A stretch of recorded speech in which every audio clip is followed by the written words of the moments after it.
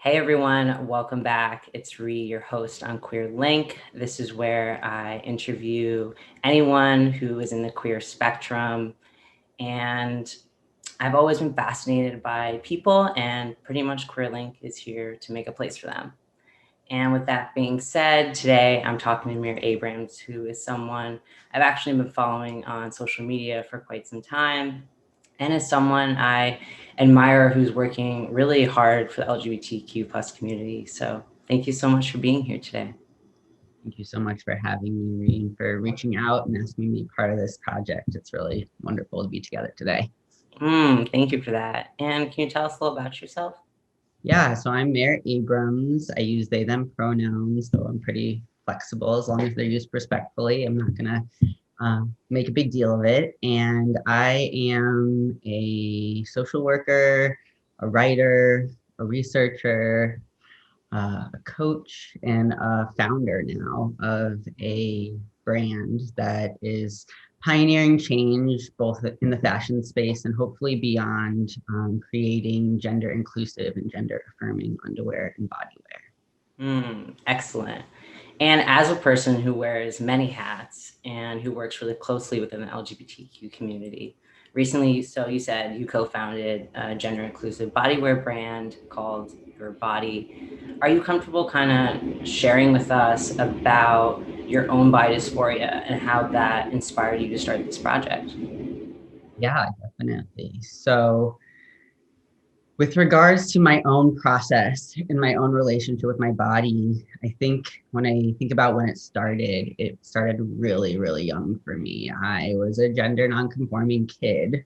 Before I knew what queerness was and what sexuality was, I just knew that like I gravitated towards things that were not stereotypical of folks who were assigned the sex that I was assigned. And so from a very young age, I kind of had this fascination and gravitation towards clothing, garments, and things that my brother could wear and were typically found in the boys section. But because I grew up in the Midwest and it was pretty traditional in terms of gender roles and norms, I didn't really have the opportunity to um, continue to express that part of myself post puberty. I think it was tolerated before puberty because I was a tomboy. And then as soon as my body started changing and the world started seeing my body differently, I felt very much pushed out of that space. And so for me, it really, that's where it starts, right? It starts out of my body being the thing that I associated with being kind of like pushed out of that more masculine self-expression, at least what felt masculine to me. Mm-hmm. And, for years, I really tried to fit into that more female feminine stereotype. It didn't work for me. But because my body was the way it was, I never really saw myself being able to like pursue a more masculine self-expression. It wasn't until I met other queer and trans folks I was like, wow, people like live this life and like, this, they just like their truth and their authenticity is kind of like what leads the way as opposed to trying to like fit into a box. And I think that coming from the Midwest, I always say it's the type of place where like being looked at twice is never a good thing. Like everyone strives to just kind of like fit in and not be noticed or get negative attention. And I picked up on that really early. And I picked up on the fact that, I was going to get negative attention if I expressed who I was authentically and continued to do that in adolescence. So long story short, I came around to like reclaiming my masculine gender expression after years of feeling really distraught over like not feeling comfortable in my body and how I was navigating the world. In the process of doing that, I ran into all sorts of issues that I felt like the fashion industry's job was to address, but no one was doing anything about. Whether it was, the feeling of walking into a store and having to go into the men's section to buy underwear that felt right for me and having to worry about the stares or how people were going to perceive that. I mean, that was just like, I remember, that experience really, really vividly. It was actually like walking into a Ross and I was like, all right, I'm gonna do this. And I had to really like talk myself into it. And, I remember like standing in the aisle, like just looking for the first pair of underwear I could find, Mm-hmm. and grab really quickly and then just like get out because I just wanted to like go home and try it on, right? And so there was that discomfort in the shopping experience. And then once I brought the underwear home and I put it on my body, there were aspects of it that felt amazing and euphoric and affirming for me. There's something about that like thick waistband that I always Mm-hmm. like admired. And I looked at like masculine and male people in my life growing up and I was like, I wish I could wear underwear like that. And so there were aspects when I put the underwear on that were just like, yeah, this is me. But at the same time, there were also aspects that were like, but the way this underwear fits on me makes me feel like my body isn't right. Like it doesn't fill it out here. It kind of stretches it out here. Like it doesn't feel like it was made for me. And so as I got to know my gender expression and figure out what felt right from an expression standpoint, I began to be able to identify the way fit really exacerbated body dysphoria for me. So like specifically when it came to like men's jeans, I Mm-hmm. noticed that I had to go a size up because every time I wore the size that was right for me, it was so tight in the hips that it just didn't look right. And more importantly, it didn't feel right. It made me feel like crap about my body. And so here was like me trying to get that moment of affirmation and euphoria, but in the process, I'm actually exacerbating body dysphoria. And I continue to struggle finding solutions to that problem. But over time, I really, in the work that I was doing, I noticed that I wasn't alone, that like there were lots of people dealing with these same issues. And some of it, had to do with gender, some of it had to do with sexuality, some of it just had to do with like bodies and the diversity of bodies. And so I really felt like, this is a need that needs to be addressed. And I also, having come from the more mental health medical space, I worked in a gender clinic that is at an academic medical center, for years. And I have my background in mental health. I'm a licensed social worker with a private practice. And so kind of seeing all of the work and the interventions that were being created in that space, I thought to myself, like, why aren't solutions being created in these larger cultural spaces, right? These spaces that exist outside of like disease and medicine and disorder. And I felt really called to create solutions and expand this notion of gender health outside mental health and gender affirming medicine to really like involve all the things that gender touches, and fashion seems like a really obvious thing we all have to engage with, and Mm-hmm. it's oftentimes a part of gender. Um, so that's kind of how your body came to be, how I came into that work. And again, if it weren't for, the voices of community members saying like, this is my experience too, I wouldn't have really kind of known that I wasn't the only one. Yeah. And just something, I mean, everything that you're saying is just everything you're saying I can connect with. And I think what I love about you starting this brand, or even just knowing who's really the face behind the brand, and knowing that like the person who's really creating it has gone through so many things that like the reason why I want to buy this, because I'm like, oh, they know how I'm feeling. Like, let me try this. So I just think that's so important, who's really behind it, and that we're all experiencing those same type of body dysphoric issues. Yeah. And So I think fashion has, really played a big role, but it hasn't really been talked about. I think there are some leaders in the community that are beginning to talk about it. We're beginning to see brands, kind of think about gender in different ways and create like unisex lines and mm, stuff like that. But I think foundationally, we get our idea of like what is masculine, what is feminine, what clothes are right for me from the mm, fashion industry. Some would argue the fashion industry are the architects of the gender binary. And so it's like, if that's true, then what is your role to help deconstruct it, and why aren't you leading the way? mm. Right. And something you said before when we spoke was what would happen if your body had a store, right? And all of those, can you touch just upon that? Because I mean, I just like thought that was just fascinating. I don't know, as someone who's not in that world, but is also just like needs to be more aware of it, and other people too. Yeah, well, I think inclusivity and awareness and literacy around gender has to live at every level. And so, at Your Body, we're really thinking about it, before we even start developing a product. It's like, what assumptions is the industry making about who this type of product is for and what their body looks like? And then let's like erase that and start from scratch. And then let's, fit garments on community members of different body types and gender presentations and all of that in order to create a template that actually represents the needs of the community that we're trying to serve. But we recognize that that's not really enough at the end of the day. And having the experience of walking into a store and being able to just connect with clothing items that call to you for whatever reason they call to you, right? We're not going to determine that for you. But the way the fashion industry and the way retail stores are often structured is like, we're going to tell you where to go.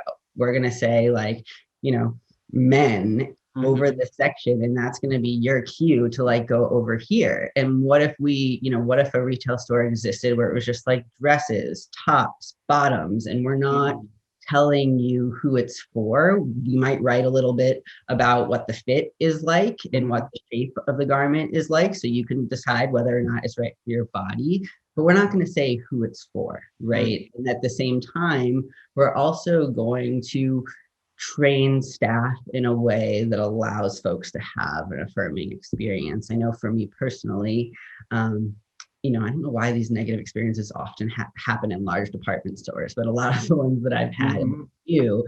And there was a time where I was, shopping for like, masculine jeans that felt right for me.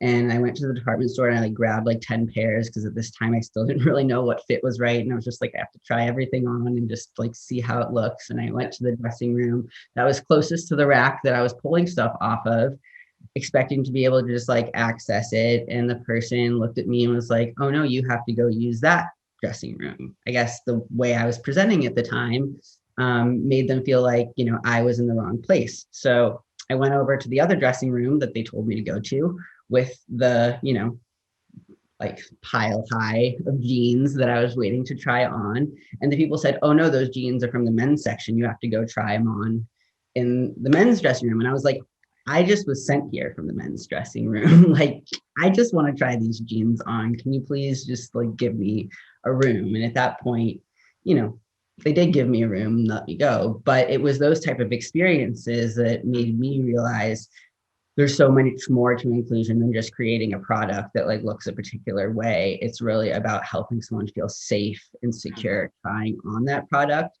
and also exploring different gender expressions, not having assumptions about, again, like what something looks like and who it's for. So if Your Body were to have retail stores, people have asked us like, are you gonna, go into like, the big retailers? And at the end of the day, we say like they're not ready for us. Where would we fit? There are, a few great folks out there that are trying to create genderless spaces, and they're doing a really good job. And I think that we're super open to partnering with them. But for us, we really want to create an experience where folks say, oh, this is what it's like to experience genderless fashion. This is what it's actually like to feel safe and affirmed going into a store, trying things on and coming out.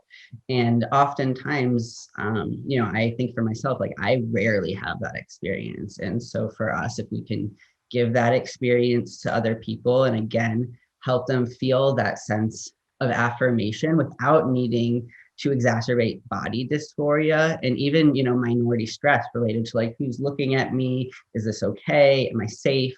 I think that experience is invaluable, and it really helps people get the confidence they need to walk down the street being who they are, right? And so I think that's, a bit about like my dreams of retail stores for Your Body.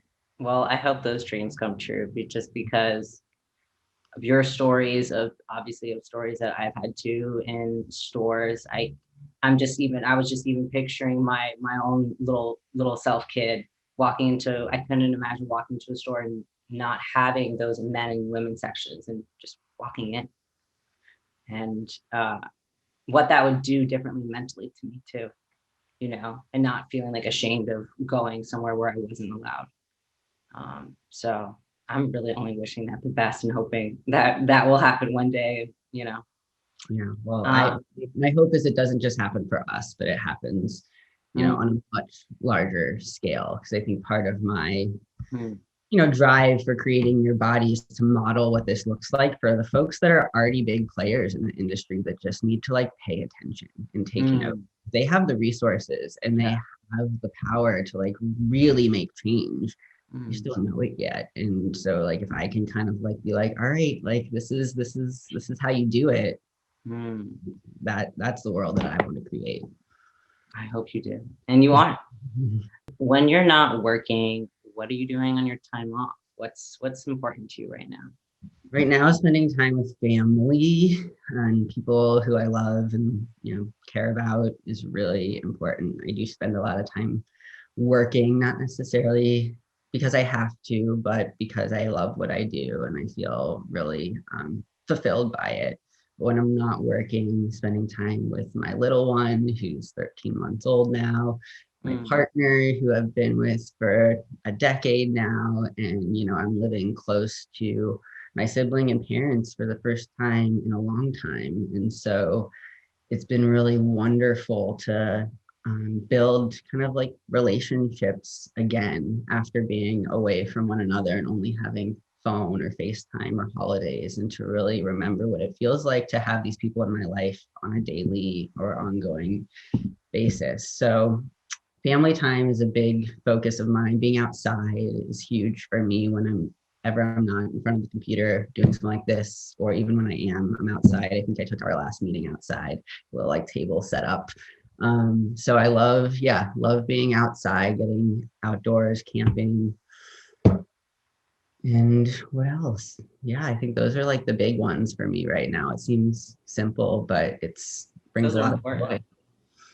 Yeah, I mean, those are all extremely important, especially what we've all been through this past year. And to be outside, to get out and get some sun and be with people who are important to us, and and building on those relationships.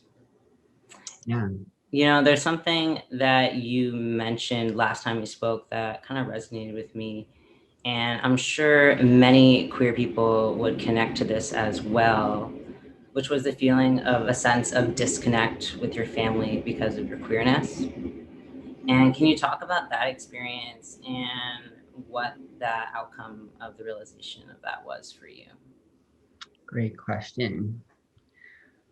I think the beginning of that experience again for me starts in childhood, and it's hard to pinpoint where and when I got the message that if one was queer or not cis, that they wouldn't able to be a part of a family. But I remember just knowing that at a very young age, believing that at a very young age. And again, it's hard to pinpoint like, where did I get that message? I think part of where I got that message, looking back, is the lack of queer folks around me, right? It's kind of like in the absence of, you don't know what's possible. And so you make assumptions because you don't see it as a possibility, right? And so as I looked around me in Missouri, like there wasn't an example of someone who is queer like being loved unconditionally by their family.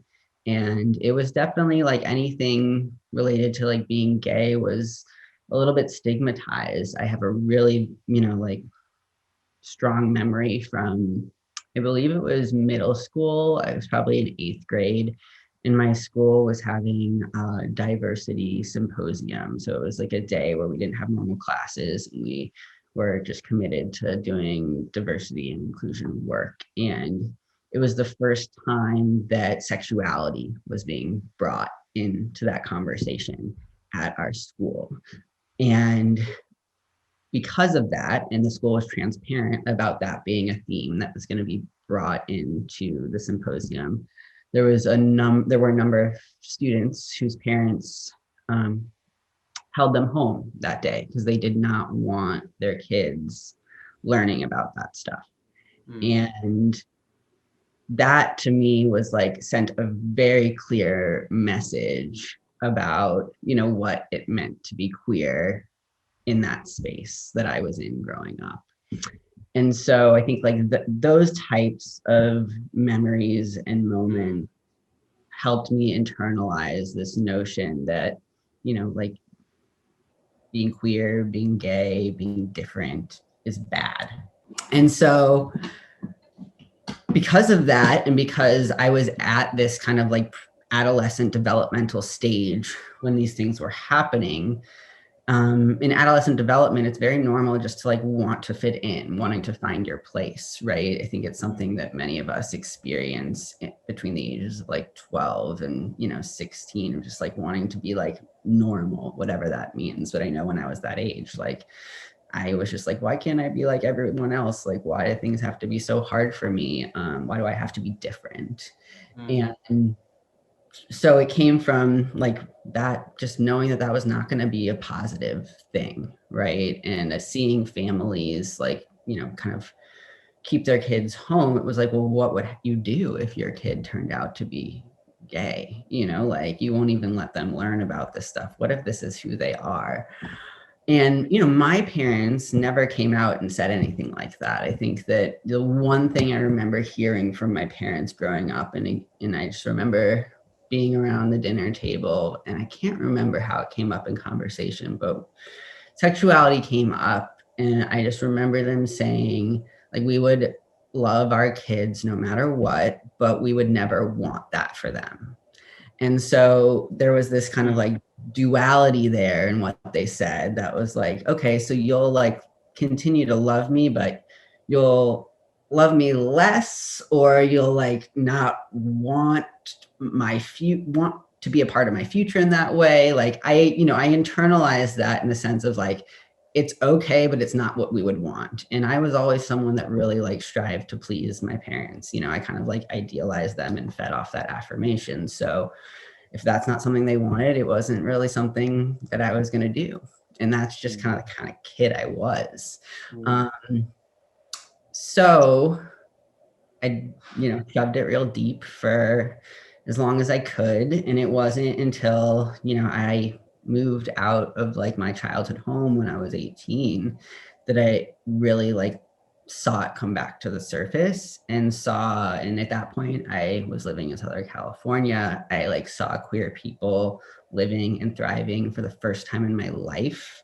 And I was just like, whoa, this is a lot to process. Cause like, who knows what my life would have looked like had I like seen this before the age of 18, had I known that this existed. I put so much energy into like trying to fit into this box during adolescence that I felt like what would have that stage of development been like if it was truly rooted in like who I am versus who I'm supposed to be according to other people, right? And that's why like a big part of me feels like my adolescence started at 18, where I like started figuring out who the heck I was again, because it was no longer about how I was supposed to be. It was just about what feels right. And being away from my parents at that point in time felt safe, right? It felt safe to explore that part of myself not under their roof, because I could keep them at a distance. I could call them on the phone and be like the same person that they know and love, but I could be like presenting differently and, you know, dating people of different genders in my life, and I could keep it in this like very compartmentalized, safe place. And the more I did that, the more I realized that was a huge part of me, and it was a part of me that I needed them to know, and I needed them to see whether they wanted to or not. And that was a painful process for me for sure. Because again, even though I never heard from them, like, we will kick you out or we will not love you, I internalized disappointment. I internalized a lot of disappointment for like what they saw my future to be, what they wanted for me. I just kind of like, yeah. And I didn't want to disappoint them, but I also recognized that I needed like I needed to share that. It was something that I couldn't even really articulate, like that feeling of just like needing to be known, right? Even if I wasn't living under their roof, even if they weren't like privy to the people that I was, seeing, I needed them to know that there was a part of me that like was very much a part of me and has been a part of me, but they like kind of refused to see or didn't want to see, and I didn't show it to them. And I like the relationship just didn't feel authentic and honest if I continued on not showing them and sharing that part of myself with them. So at that point, I came home for Thanksgiving, I think one year, and I like sat them down and I was like, I'm queer. I cried, They said something along the lines of like, we love you, like we're here for you, we want you to be happy. It was like, they said all of the right things. And in the moment, I still didn't feel like super safe. And I think a lot of that just comes from that internalized, like, I know you're saying the things, but I know deep down, like, this isn't what you want. Right. And because of that, as after I kind of like ripped the Band-Aid off and I was like, I'm queer, I'm like, presenting differently than, I might have like when I lived under your roof. I did feel this kind of like freedom, but I didn't feel this sense that they could be involved in it. Like I felt like I had to protect that part of myself from them. And that over the years kind of like built a little bit of an obstacle in our relationship. And it just was this kind of like, we can only connect to a point. But, when it comes to these parts of my life that are centered in my like queerness and the fact that I don't identify as cis, those are things that you'll never be able to understand. And because of that, I have to invest in other relationships and like people who do understand that. And again, over time, it just created a little bit of distance between us. And I think that they noticed that. I think that I noticed that. And I think, again, it was all part of like development and individuating as a young adult. But when it came down to it, I still had that yearning to feel seen and known by them. Like I knew that they knew who I was, but I often, say that like acceptance and support are different. Acceptance is just like, I'm not going to get in the way of this, right? And support is like, I actively am involved in helping you feel good about this part of who you are. And I felt like I was really craving support from them, even though I kind of had the acceptance piece, right? Like I wasn't, I was still very much a part of the family, even though I didn't feel as close, and I still felt like the black sheep. And it took time, it really took time. And I think having worked professionally with parents and trans youth and queer youth, I knew how much time it takes. And so I was like very, very patient and I think thoughtful and intentional about like, this is how much energy I have to put into their progress. And this is kind of like what I expect of them to do on their own to kind of catch up so they can be a part of this. And it definitely took years. Like it wasn't a matter of like months. It was definitely a matter of years. And it's only, I think, in the past 2 to 3 years that I feel like they get it. Like they see me. Maybe they don't use the right pronouns all the time, but that like active feeling of like I am supported. Like, my parents are having conversations with their friends about the anti-trans legislation that's happening and like what it means to like, vote Republican, like all these things. And growing up in Missouri, I'm like, I never envisioned my parents having these conversations. Like, this is wild. But it's happening, right? And so I think there was a process of me figuring out like what I needed from them. And I didn't know until a little bit like later on after I came out to them initially that what I was looking for wasn't just to be like known, but to be supported and in like an active way. And feeling that support, I think, has been the kind of like fuel that's allowed our relationship to get closer over time. And particularly this year, since we've spent a lot of time together, it's me feeling like actively supported by them day to day, not just like accepted by them. Someone in that similar situation with your parents, would you have any advice for them kind of just navigating that, and maybe what you found kind of worked for you with maybe communication or the support that you were looking for? Yeah, I think the most helpful thing for me was knowing there wasn't a right or wrong way to do it.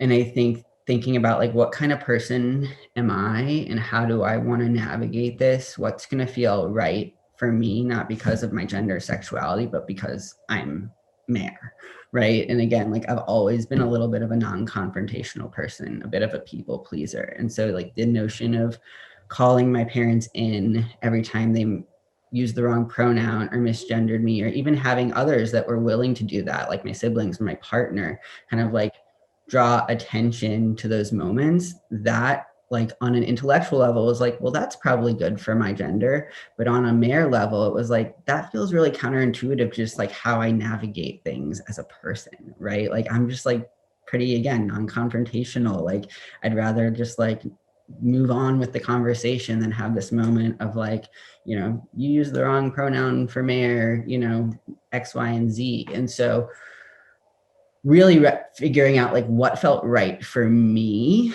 I think was the best, like the best advice that I got, and the advice that I would offer someone else is, you know, think about just what feels right for you and take it one step at a time. You know, for me, again, like my goal was feeling supported.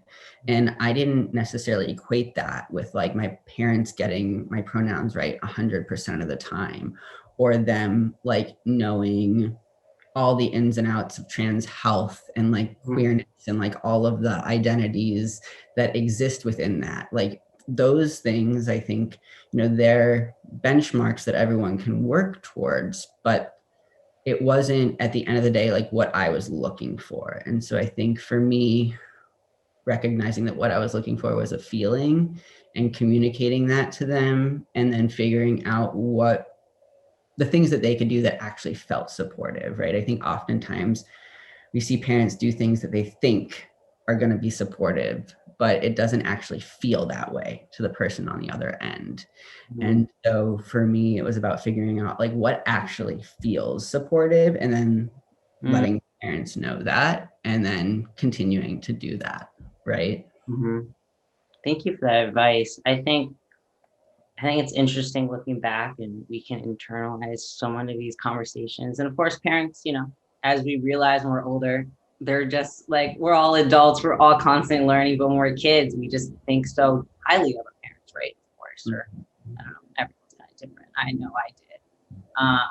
And things they say can just stick with us that maybe didn't even mean to be interpreted that way.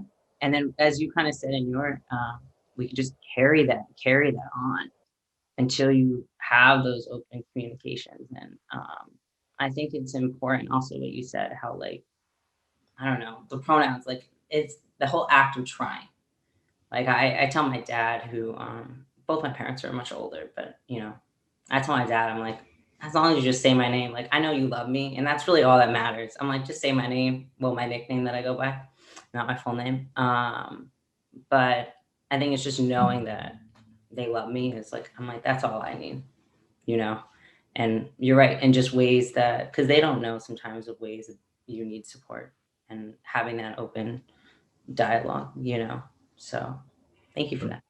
No, for sure. I mean, you know, I think it can often be, you know, there are like things I even remember early on, and you know, like my grandmother, God bless her, like she was probably the most you know, affirming of anyone when I came out, and she, you know, passed away a few years ago. But she, like, as soon as I came out to her as non-binary and even queer, like she made a commitment to educating herself, right? And when she passed away, we were going through her home and like all of her stuff, and all of the grandkids had this like little folder in her filing cabinet. And it was like my brother had his folder and it was like this big, and my sister had her folder and it was this big. And then there was this folder that said Marinola and it was like this thick. And my grandmother had printed out like every article I'd ever sent her, articles that she found on her own about like gender and sexuality and like things that I'd written in grad school. And like she printed them all out and she kept them like saved in this folder. And she never told me about it. Like I didn't know that she had that or did that. Like I knew that I shared things with her and that she like, took a look at them. But it was those types of things where like I could, I continue to feel that support. And I think that there's just like a commitment to that self-education process. And it's not necessarily fueled by wanting to be an expert, but just wanting to be really close to the people we care about. Right. Right. Oh my God, I love that about you, Graham. That's you never know who's really back in their corner or who's doing, you just don't know. And this is someone who like, grew up in the South, like, Little Rock, Arkansas, born and raised. Like I would never have imagined that she was going to be my number one cheerleader from like the get-go. And even having that like matriarch set the tone for the whole extended family and what like acceptance and support looked like, it was huge. Because again, my family comes from like the Midwest and the South. And so their entry point into this is like just me and very minimal. And so to have like kind of like, yeah, the matriarch of the family just model what that looks like, I think really kind of kicked some other folks into gear. And, I even remember my cousin, like she got married, and when I got to the wedding, there was like a place card or whatever, and it said like MX Mere Abrams. And I was like, that's effing rad. Like, I just would never have imagined like this was a possibility. It's like, if someone had told me that was a possibility when I was 12, I would have said like, you are crazy. Like, first of all, like there's only Mr. and Mrs. So like, I don't know what this MX thing, and the fact that it's going to be like acknowledged by your family, like publicly, it's all very like, I think that my work with youth has really like inspired me to think of a world and future that doesn't exist yet, but knowing it's a possibility. Because my work with youth was the work that really, kind of allowed me to reflect on my own life and feel confident enough to like use the pronouns that felt right for me and change my gender expression. And so, yeah, I think like youth have all the answers. We just have to build the world for them to thrive and execute. And I guess talking about youth and parenting just on your end, can you talk about being a parent and how you're hoping to raise your child?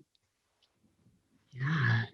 So being a parent is amazing. As I shared in our last conversation, I just get so much joy from it. And I think that some of the joy that I get from it comes from like a really sad place. And it comes from this place of recognizing that for too long, I believed that like being queer and being trans meant I was never going to be able to be a parent.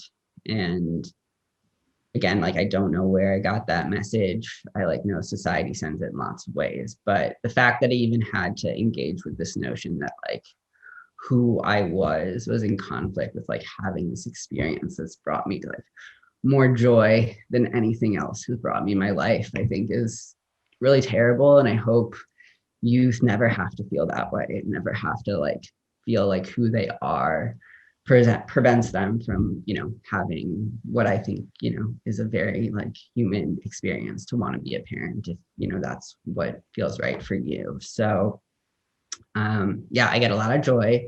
Some of that joy comes from a place of not thinking that I'd ever feel that joy. And then the other parts of it just come from like seeing this little being exist in the world and learn and grow and have emotions. And it really just kind of grounds me in this way. And I think I've always been one to kind of like intellectualize things and analyze things. And with my little one, I can't do that. Everything is just like so simple and it is what it is. And there's like no analyzing it or like, putting it through these theoretical lenses. It's just this like human connection.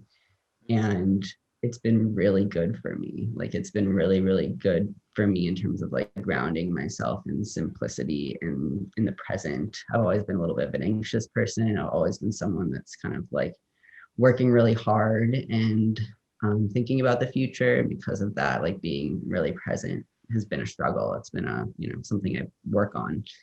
But ever since having a little one, being a parent, I feel like I'm more present than ever and want to be more present than ever.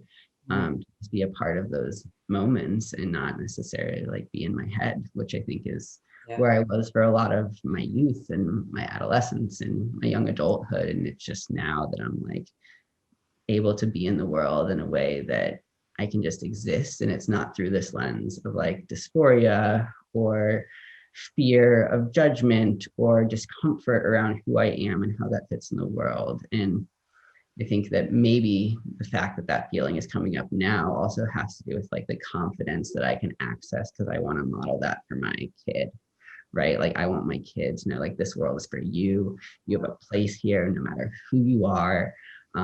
You have a place here for who you are, because who you are matters, right? And that's, I think, the reframe. It's not no matter who you are. It's like because of who you are, you have a place here. And I just can't wait for all that's to come in the parenting journey. And I think, navigating gender is always something that comes up when having a kid. Unfortunately, that's the reality now. Hopefully, it'll be less of a reality in the future.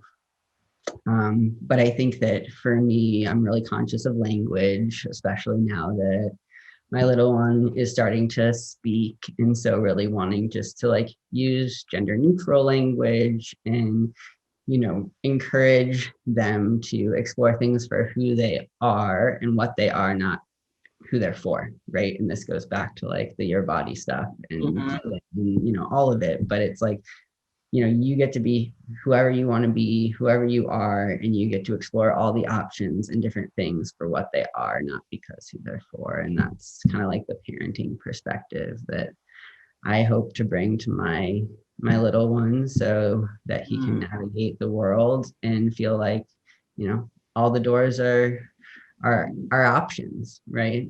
Mm-hmm. Yeah, I mean, even I guess just having a baby, I mean, going to the baby sections, right? And navigating all of that and the language. And I mean, I don't know. So, but, obviously I've been to kids' stores and it's pretty much all the same for adults too. So, I mean, the fact that there's like more of a fashion police for like infants and, toddlers.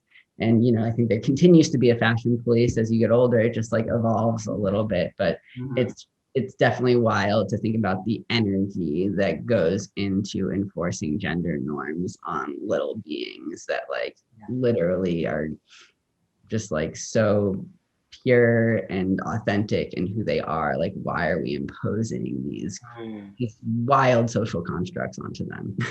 I know. Well, I bet your kid is going to be super proud of you because you're actually making an effort for young queer youth. So just keep doing what you're doing. And I think you're kind of an inspiration to a lot of people, and to just try making a better world, I think there are lots of ways that we can do that. And, I think and I would never have thought that like being a parent was a way to do that. I think when I think about parenting and being parent, I put it in this like very like traditional, like cis-normative lens. And it's really great to feel like through being a parent, I can actually, create the change that I want to see. That's one way, right?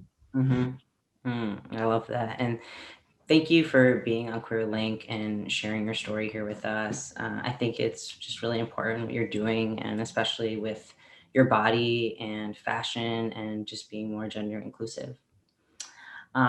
Is there anything that your body has right now in the works that you care to share with us? Yeah, so we're working on getting ready for Pride and figuring out what that means to us, because as we know, Pride is a big thing in kind of like the corporate capitalist space, and a lot of it has to do with, you know, putting queer and trans folks on the covers of things and putting rainbows on things and creating a moment for visibility, which is really important. But I think there's a lot missing from that effort.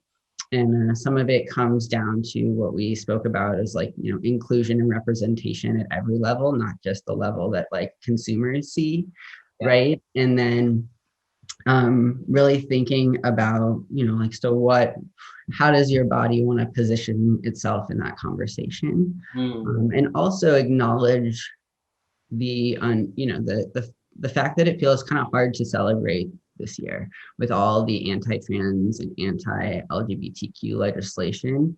It feels really hard to know that, like, here we are, here we have capitalist consumer culture encouraging celebration and authenticity when the government is like literally preventing folks from accessing basic needs and, you know, having basic rights.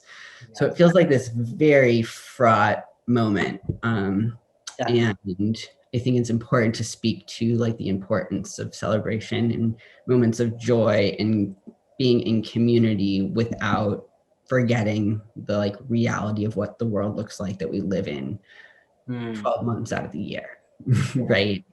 So Your Body is having a lot of conversations about that, and we're going to have conversations with community members about, like, you know, what pride is now and what it should be, and kind of creating the future that you deserve.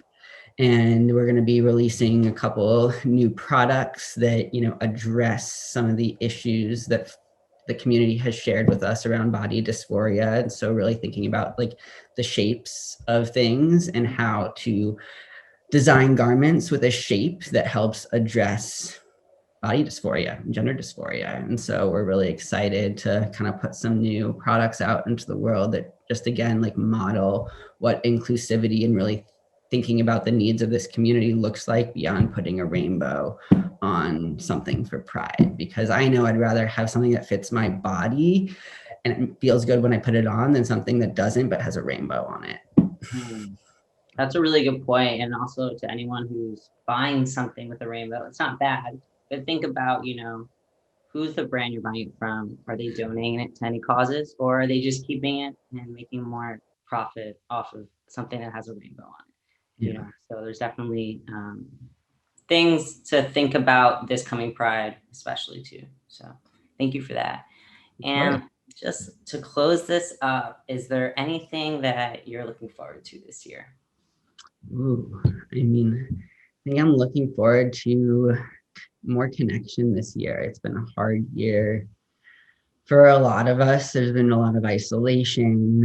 And I think that for me, in these coming months, I have a lot of plans to like have physical connection and see people in person safely, and catch up on lost time. I think, you know, I have had the opportunity to spend a ton of time with my little one in this past year, but we haven't gone anywhere and not many people have met them. So this is going to be, I'm already looking forward, and it's been fun, you know, starting to get out into the world, but it feels like life is just beginning. And even having other people witness me as a parent has been a really interesting thing, because there's something that feels very natural about it when I'm just like at home and we're doing our thing.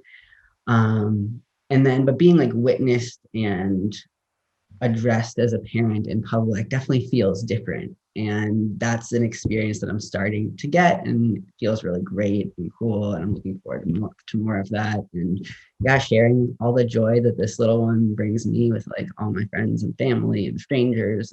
Yeah, that's what I'm looking forward to. Oh, that's amazing. Well, wishing you the best this next year. And thank you for being on Queer Link today.